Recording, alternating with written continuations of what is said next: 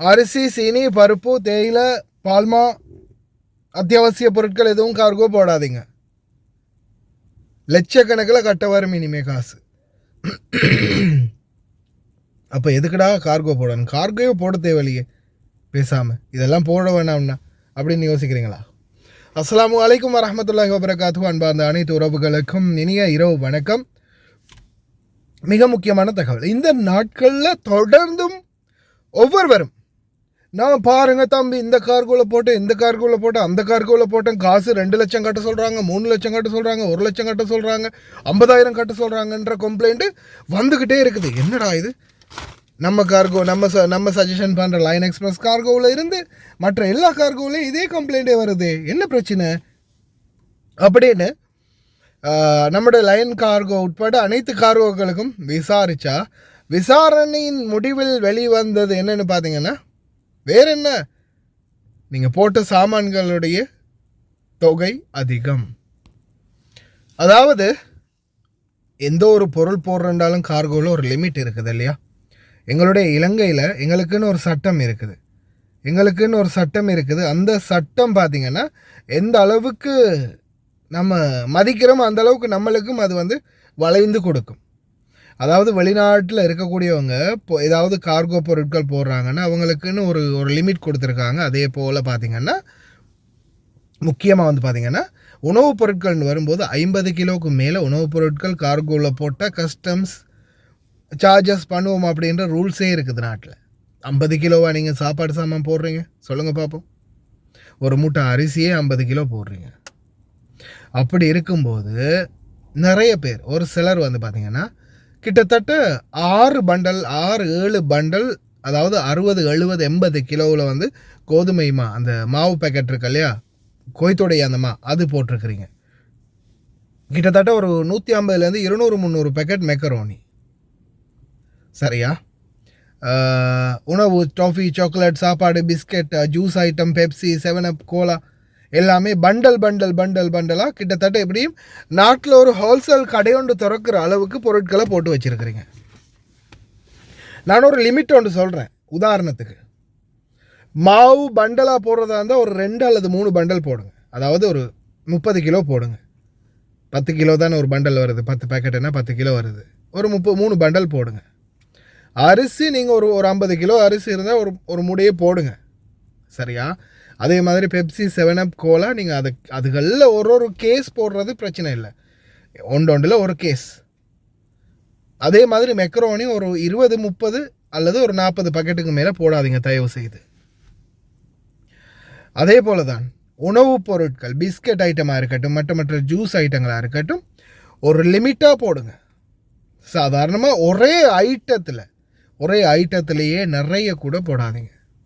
ஒரு biscuit packet ஒரு item தான் இருக்குது, இன்னொரு பிஸ்கெட் இன்னொரு ஐட்டம் இருக்குது அப்படின்னும் போது சரி, அது ஒரு உணவுக்கு அப்படின்றத ஏற்றுக்கொள்ளலாம்.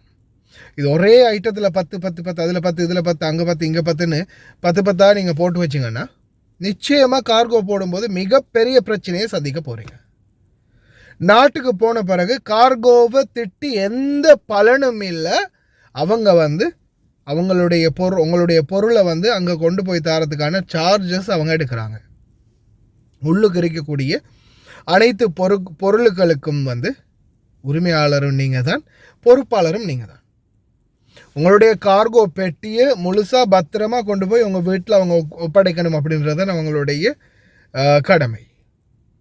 அப்படி இருக்கக்கால ஒருவேளை நீங்கள் போட்ட கார்கோ பெட்டிக்குள்ள சிகரெட் இருக்குது, தங்க நகை இருக்குது, லேப்டாப் இருக்குது, மொபைல் ஃபோன் இருக்குது, அதே மாதிரி எலக்ட்ரிக் ஐட்டம் நிறைய இருக்குது அப்படின்ற பட்சத்தில் கஸ்டம்ஸால் ஆயுதம் இருக்குது, போதைப் பொருள் இருக்குது, தடை செய்யப்பட்ட பொருட்கள் இருக்குது, அப்படின்ற மாதிரி நீங்கள் பல பொருட்களை நீங்கள் உள்ளே வச்சுருக்கிறீங்க. அதுக்காக கஸ்டம்ஸ் உங்களை பிடிக்கிறாங்க. பிடிச்சி பெட்டியை செக் பண்ணி பெட்டியை உடைச்சி இந்த மாதிரி பொருள் இருக்குதுன்னு சொல்லும்போது, இந்த கார்கோக்காரனை நம்பித்தானே நான் பொருள் போட்டேன், என்னுடைய சிகரெட்டை எடுத்துட்டாங்க, என்னுடைய எலக்ட்ரிக் பொருள் எடுத்துட்டாங்க, என்னுடைய கஞ்சாவை எடுத்துட்டாங்க, என்னுடைய துப்பாக்கி எடுத்துட்டாங்க, போதைப் பொருள் எடுத்துட்டாங்க அப்படின்னு கார்கோ மேலே பழி போட்டால் சரி வருமா? கொஞ்சம் சிந்திச்சு செயல்படுங்க. ஏன்னா ஒரு சிலர் கம்ப்ளைண்ட் பண்ணுறீங்க சரி, ஆனால் அது கொஞ்சம் ஏற்றுக்கொள்கிற மாதிரி, அதாவது உங்களோட மனசாட்சியை தொட்டு நீங்களே யோசித்து பார்த்தீங்கன்னா தெரியும் இது நாம் செஞ்சது சரியா பிழையான்னு. கொஞ்சம் நீங்கள் சிந்திச்சு பார்த்தீங்கன்னா உங்களுக்கே தெரியும் நீங்கள் செஞ்சது சரியா பிள்ளையான்னு.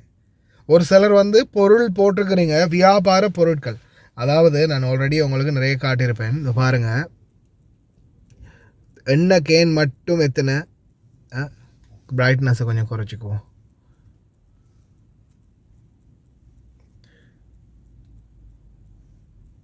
இந்த பாருங்க, மேலே 6, கீழே 2 பெட்டி, மேலே 6, 7, 1, 2, கீழே 2 பெட்டி வேறு இருக்குது, 1, 2 பெட்டி. அப்போ அதோடு சேர்த்து ஆல்ரெடி இது மாதிரி காட்டியிருக்குன்னு நினைக்கிறேன். பாருங்க, 1, 2, 3, 4, 5, 6, 7, 8, 9, 10, 11, 12, 13, 14, 15, 16, 17, 18, 19, 20, 21, 22, 23, 24, 24 எண்ணெய்க்கேன், 24 எண்ணெய்க்கேன். அதே மாதிரி அதே எண்ணிக்கையில் தான் வருது. என்னது? பால் மாவு, குவைட்டுடைய அந்த மாவுட்டின்.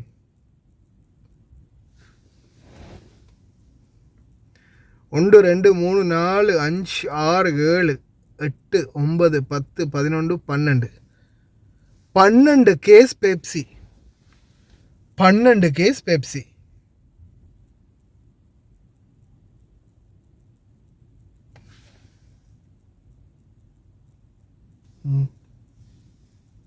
ஒன்று, 2, 3, 4, 5, 6, 6 கேஸ் இதில் அந்த கிளாஸ் ஐட்டங்கள் மாதிரி இருக்குது. சரியா? கிளாஸ் ஐட்டங்கள். அடுத்தது நிறைய எலக்ட்ரிக் பொருட்கள், நிறையவே எலக்ட்ரிக் பொருட்கள், அடுப்பு, அது இது, லைட்டு, ஜெனரேட்டர், அது இதுன்னு ஊறுப்பட்ட சாமான். அதே மாதிரி ட்ரெஸ் ஐட்டங்கள், ஊறுப்பட்ட ட்ரெஸ் ஐட்டங்கள் இருக்குது. 1, 2, 3, 4, 5, 6, 6 பெட்டி. 6 பெட்டியிலையும் பேரிச்சம்பளம் உள்ளுக்கு எத்தனை இருக்கும்? 10 இருக்கும் போல். ஒரு கார்ட்டூனில் எத்தனை? 10 வருது. 10 இருந்தால் கூட யோசிச்சு பாருங்கள். 60 கிலோ 60 கிலோ பேரிச்சம்பளம். 1, 2, 3, 4, 5, 6. மாவு, அந்த மாவு இப்போ இந்த மாதிரி பண்டலாக நீங்கள் இந்த பொருட்களை போட்டுட்டு கார்கோக்காரன் அநியாயம் செஞ்சிட்டானே, நல்லா அரிப்பானா, ஜூஸ் 1, 2, 3, 4, 5, 6 பண்டல் ஜூஸு. அது மட்டும் இல்லாமல் பாருங்கள், சாரம் இருக்கு இல்லையா, வேஷ்டி சரம், எத்தனை சரம் இருக்குன்னு பாருங்கள். துணிமணி, நாட்டில் இல்லாதாடா இங்கே இருக்க போகுது. Chocolate item. இந்த மாதிரி பொருட்கள் நீங்கள், உங்கள்கிட்ட காசு இருக்கலாம்ப்பா, உங்கள்கிட்ட 600, 700, 800, 1000 தினார் வரைக்கும் நீங்கள் காசு இருக்கலாம். 1000 தினார் வரைக்கும் நீங்கள் பொருள் வாங்கி கார்கோ போடலாம். சரியா? பிரச்சனை இல்லை. 2 மீட்டர் 3 மீட்டர் பெட்டி வரைக்கும் நீங்கள் தனி சாப்பாடே நிறச்சி போடலாம். ஆனால் அதே மாதிரி நாட்டில் சுங்கத்தால் இது எல்லாத்தையுமே கணக்கெடுத்து இதுக்கு இவ்வளவு சுங்கம் அறவிடுவோம் அப்படின்னு சொன்னால் அந்த சுங்கத்துக்குரிய காசையும் கட்டுங்க மரியாதையா. உங்களோட பெட்டியை கொண்டு போய் பத்திரமா கொடுப்பாங்க. நடுவில் சுங்கத்தில் செக் பண்ணி இதெல்லாம் பிடிச்சு கொண்டு போய் வெளியில் வச்சாங்கன்னா நீங்கள் சுங்கத்துக்கு காசை கட்டுங்க, கார்கோக்காரன் கிளியர் பண்ணி கொண்டு போய் வீட்டுக்கு கொடுப்பான். அதை விட்டுட்டு நான் கார்கோ இவனை நம்பித்தான் போட்டேன், இது என்ன இப்போ 2 லட்சம் கேட்குறான், 1 லட்சம் கேட்குறான், அது என்ன அப்படி இப்படின்னு சொல்லி முட்டாள்தனமாக பேசாதீங்க. எல்லாத்துக்குமே ஒரு லிமிட் இருக்குது. 50 கிலோ தான் சாப்பாட்டுக்கு, 50 கிலோ 40 கிலோ தான் நம்மளுக்கு உணவுக்கே லிமிட் இருக்குது கார்கோ பெட்டியில். அப்படி இருக்கும்போது இலங்கை அரசாங்கம் இன்னைக்கு வரைக்கும், இலங்கை அரசாங்கமும் சரி, இந்த சுங்க அதிகாரிகளும் சரி, இன்னைக்கு வரைக்கும் எவ்வளோ சாப்பாடு போடுறீங்க? குறைஞ்சது 100லேருந்து 200, 300 கிலோ வரைக்கும் சாப்பாடு மட்டுமே போட்டிருப்பீங்க. இவ்வளோ காலம் கொண்டு போய் கொடுத்தாங்க தானே.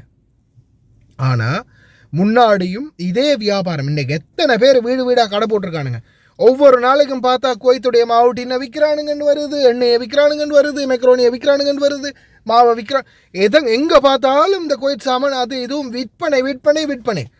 அப்போ இவனுங்களுக்கு கடை போட்டு வியாபாரம் பண்ணுறதுக்கு கஸ்டம்ஸ் வச்சு அதுக்கு சம்பளம் கொடுத்து அதுக்குன்னு ஒரு அப்போ என்ன மாதிரி இருக்குது? கஸ்டமும் சுங்கமும் எல்லா மாதிரியும் தூக்கி போட்டுட்டு அப்போ ஹார்பரில் இருந்து டைரெக்டாக வண்டியை கொண்டு போய் அடித்து கப்பரில் இருந்து நேரடியாக சாமான் நிறைய கொண்டு போய் நாட்டுக்குள்ளே கொடுத்துடலாமே.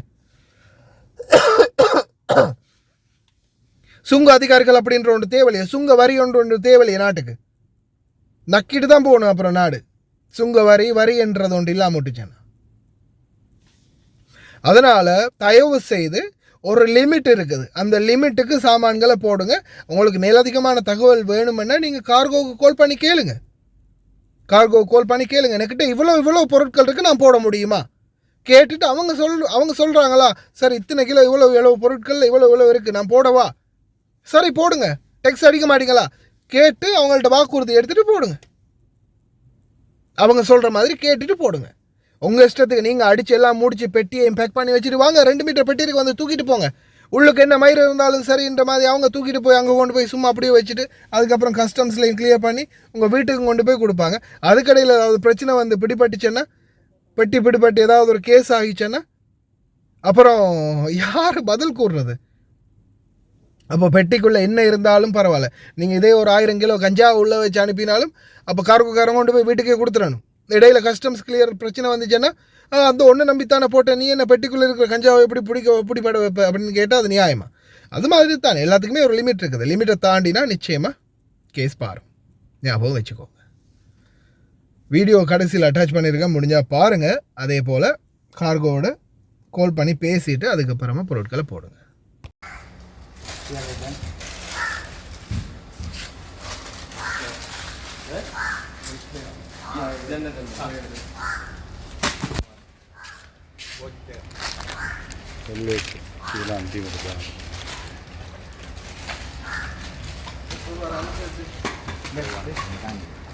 Ayo,